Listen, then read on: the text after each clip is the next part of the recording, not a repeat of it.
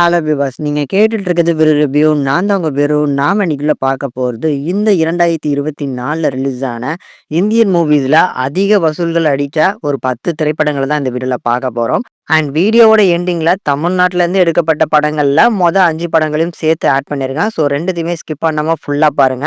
வீடியோக்குள்ள போறதுக்கு முன்னால லைக் பண்ணி ஷேர் பண்ணி சப்போர்ட் பண்ணுங்க. இன்ஃபர்மேஷன் உங்களுக்கு பிடிச்சிருந்தது அப்படின்னா மறக்காம ஒருக்க ஷேர் பண்ணீங்கன்னா இன்னமும் நிறைய ஆடியன்ஸ் வந்து பார்த்தீங்கன்னா இந்த வீடியோவை பார்ப்பாங்க. ஸோ அதனால மறக்காம ஷேர் பண்ணுங்க. இப்போ வாங்க லிஸ்ட்டுக்குள்ள போயிடலாம்.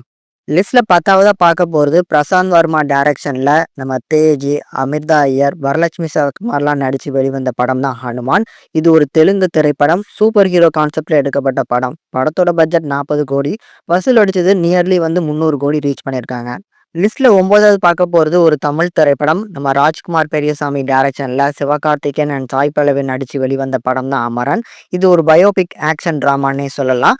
படத்தோட பட்ஜெட் வந்து 100 கோடி. வசூல் அடிச்சது 322 கோடிங்க. லிஸ்ட்ல 8ஆவதா பார்க்க போறது ஒரு ஹிந்தி திரைப்படம். சித்தார்த் ஆனந்த் அப்படிங்கிறவரோட டைரக்ஷன்ல நம்ம கிருத்திக் ரோஷன் அண்ட் தீபிகா படுகோன் நடிச்சு வெளிவந்த படம் தான் ஃபைட்டர். இது வந்து ஒரு எபிக் வார் ஆக்ஷன் டிராமான்னே சொல்லலாம். படத்தோட பட்ஜெட் 255 கோடி. வசூல் அடிச்சது 355 கோடி. ஸோ இது வந்து ஒரு ப்ராஃபிட்டபிள் தான். ஆனா வந்து எதிர்பார்த்த மார்ஜின் இந்த படத்துக்கு கிடைக்கல. ஸோ இது வந்து ஒரு ஹிட் அப்படின்னு தான் சொல்ல முடியும். பிளாக் பஸ்டர்னு சொல்ல முடியாது.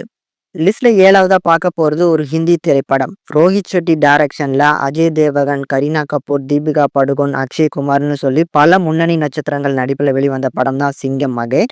இந்த படத்தோட பட்ஜெட் வந்து 300 கோடி. ஆனா வசூல் அடிச்சது 378 கோடி.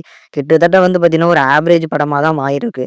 லிஸ்ட்ல 6ஆவதா பார்க்க போறது ஒரு ஹிந்தி திரைப்படம். அனீஸ் பாஸ்மி அப்படிங்கிறவரோட டைரக்ஷன்ல கார்த்திக் ஆரியன், வித்யா பாலன்லாம் நடிச்சு வெளிவந்த படம் தான் போல் போலையா 3. இது வந்து ஒரு ஹாரர் காமெடி ஜானர். படத்தோட பட்ஜெட் 180 கோடி. வசூல் அடிச்சது கிட்டத்தட்ட 400 கோடிக்கு ரீச் பண்ணியிருக்காங்க. ஒரு சூப்பர் ஹிட் அப்படின்னு சொல்லலாம். லிஸ்ட்ல நம்ம 5ஆவதா பார்க்க போறது ஒரு தெலுங்கு திரைப்படம். கொரட்டல் சிவா டைரக்ஷன்ல நம்ம ஜூனியர் என்டிஆர் நடிச்சு வெளிவந்த படம் தான் தேவாரா பார்ட் 1. இந்த படம் வந்து ஒரு ஆக்ஷன் எபிக் டிராமான்னு சொல்லலாம். படத்தோட பட்ஜெட் வந்து 250 கோடி. வசூல் அடிச்சது 440 கோடின்னு போட்டிருக்காங்க. சில இடங்கள்ல 400 கோடி தான் போட்டிருக்கு. ஸோ இதுல ரெண்டுல எது ஒண்ணு அப்படின்னு கரெக்டா தெரில. இது வந்து ஒரு ஆவரேஜான படம் அப்படின்னே சொல்லிக்கலாம். லிஸ்ட்ல 4ஆவதா பார்க்க போறது ஒரு தமிழ் திரைப்படம். நம்ம வெங்கட் பிரபு டைரக்ஷன்ல நம்ம விஜய், பிரபுதேவா, பிரசாந்த், சினேகான்னு சொல்லி பல நட்சத்திரங்கள் நடிச்சு வெளிவந்த படம் தான் the greatest of the all time. படத்தோட பட்ஜெட் வந்து 350 கோடி. வசூல் அடிச்சது 450லேருந்து 460 கோடி வந்து அடிச்சிருக்கு. ஸோ இது வந்து ஒரு ஹிட் லிஸ்ட்ல தான் ஆட் பண்ணிக்க முடியும். பிளாக் பஸ்டர்னு சொல்ல முடியாது. லிஸ்ட்ல நம்ம 3ஆவதா பார்க்க போறது ஒரு ஹிந்தி திரைப்படம். அமர் கௌஷிக் அப்படிங்கிறவரோட டைரக்ஷன்ல நம்ம சாரதா கபூர், பங்கஜ் திரிபாத்திலாம் நடிச்சு வெளிவந்த படம் தான் ஸ்ட்ரீட் 2. இந்த படத்தோட பட்ஜெட் 100 கோடி தாங்க. ஆனா வசூல் அடிச்சது 858 கோடி. இண்டஸ்ட்ரியே ஒரு பக்கம் திருப்பி போட்ட ஒரு படம் அப்படின்னே சொல்லலாம். கிட்டத்தட்ட இந்த படத்தோட ப்ராஃபிட் மட்டுமே 700 கோடி. அந்த 200 கோடி மட்டும் ரீச் பண்ணி 1000 கோடி ரீச் பண்ணியிருந்தாங்க அப்படின்னா, ஒரு ஃபீமேல் சென்ட்ரிக்ல ஃபர்ஸ்ட் படம் 1000 கோடி வசூல் அப்படிங்கிறத நம்ம சாரதா கண்டிப்பா எடுத்திருப்பாங்க. எனக்கும் ஹிந்தியில சாரதா ரொம்ப பிடிச்சிருக்கும். கண்டிப்பா எடுத்திருக்கலாம். ஆனா அந்த 200 கோடி எடுக்காம போனது கொஞ்சம் வருத்தமா தான் இருக்கு. லிஸ்ட்ல 2ஆவதா பார்க்க போறது ஒரு தெலுங்கு திரைப்படம். நம்ம நாகா அஸ்வின் டைரக்ஷன்ல பிரபாஸ், அமிதாப் பச்சன், கமலஹாசன் நடிச்சு வெளிவந்த படம் தான் கல்கி 2898 ஏடி. படத்தோட பட்ஜெட் 500 கோடி. ஆனா வசூல் அடிச்சது 1052 கோடின்னு போட்டிருக்காங்க. சில இடங்கள்ல 1200 கோடின்லாம் போட்டிருக்காங்க. ஆனா அது அபிஷியல் ரிப்போர்ட் மாதிரி தெரியல. பட் இந்த படம் தான் இந்த வருஷத்திலே பெருசா எதிர்பார்த்த படம். கண்டிப்பா ப்ராஃபிட்டபிள் படம் தான். ஆனா இந்த பார்ட் 1 1000 கோடி அடிச்சிருச்சு அப்படிங்கும்போது, பார்ட் 2 கண்டிப்பா இத விட 2000 கோடி அடிக்கிறது கூட வாய்ப்பு இருக்கு அப்படிங்கிறது தான் என்னோட கெஸ். ஸோ வெயிட் பண்ணி பார்க்கலாம். லிஸ்ட்ல ஃபர்ஸ்ட் பார்க்கக்கூடிய படம் வந்து கண்டிப்பா எல்லாருமே கெஸ் பண்ணியிருப்பீங்கன்னு நினைக்கிறேன். ஒரு ஃபாஸ்டஸ்ட் பாக்ஸ் ஆஃபீஸ்ல 1000 கோடி கலெக்ட் பண்ண படம் தான் நம்ம புஷ்பா 2. ஆக்சுவலி இன்னும் டிசம்பர் முடியல. அந்த முடியறதுக்குள்ள 1100லேருந்து 200 கோடி வரைக்கும் இந்த படம் வசூல் அடிக்கிறதுக்கு இன்னும் வாய்ப்பும் இருக்கு. ஸோ இந்த படத்துல கண்டிப்பா யாரெல்லாம் நடிச்சிருக்காங்க அப்படிங்கிறது தெரியும். ஸோ நம்ம அல்லு அர்ஜுன், ராஷ்மிகா, ஃபகத் ஃபாசில் அண்ட் டைரக்ஷன் நம்ம சுகுமார் பண்ணியிருக்காரு. இது ஒரு தெலுங்கு திரைப்படம்.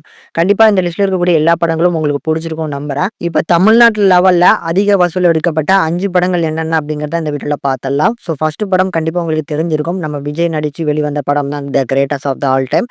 இந்த படம் 460 கோடி எடுத்து முதல் இடம்ல இருக்கு. 2ஆவதா நம்ம சிவகார்த்திகேயன் நடிச்சு வெளிவந்த படம் தான் அமரன். இந்த படம் வந்து கிட்டத்தட்ட 300 கோடி ரீச் பண்ணிட்டாங்க. 3ஆவதா இருக்கக்கூடிய படம் தான் வந்து நம்ம ரஜினி சார் நடிச்சு வெளிவந்த படம் தான் வேட்டையன். இந்த படம் 260 கோடி வசூல் அடிச்சு 3வது இடத்துல இருக்கு. இதுக்கப்புறம் 4வது இருக்கக்கூடியது நம்ம விஜய் சேதுபதி அவர் நடிச்சு வெளிவந்த படம் தான் மகாராஜா. இந்த படம் வந்து சைனாவோட பாக்ஸ் ஆஃபீஸை இன்னும் ஆட் பண்ணல. ஆட் பண்ணா வந்து இன்னும் கொஞ்சம் கூடும்னு நினைக்கிறேன். இப்பொழுதைக்கு வந்து இந்தியன் பாக்ஸ் ஆஃபீஸ்ல ஓவராலா எடுத்த படம் வந்து 150 கோடிக்கு மேல வசூல் அடிச்சிருக்கு. 5வதா பார்க்க போறது நம்ம எல்லாமே கழுவி கழுவி ஊத்துன இந்தியன் 2 150 கோடி எடுத்து 5வது லிஸ்ட்ல இருக்குங்க. ஸோ இயற்கையிலே வந்து கழுவி ஊத்துன படமே 150 கோடியா அப்படிங்கிற மாரி தான் எனக்கே ஆச்சரியமா இருக்கு. அப்ப 150 கோடி வந்து இந்தியால அதுலயுமே தமிழ்நாட்டுல வந்து ஒரு நார்மலான படமா ஆயிருச்சு போல. ஸோ பார்க்கலாம் யாருக்கெல்லாம் வந்து எந்தெந்த படங்கள் இன்னமும் நல்ல பாக்ஸ் ஆஃபிஸ் எடுத்துருக்கலாம் அப்படின்னு நினைக்கிறீங்க?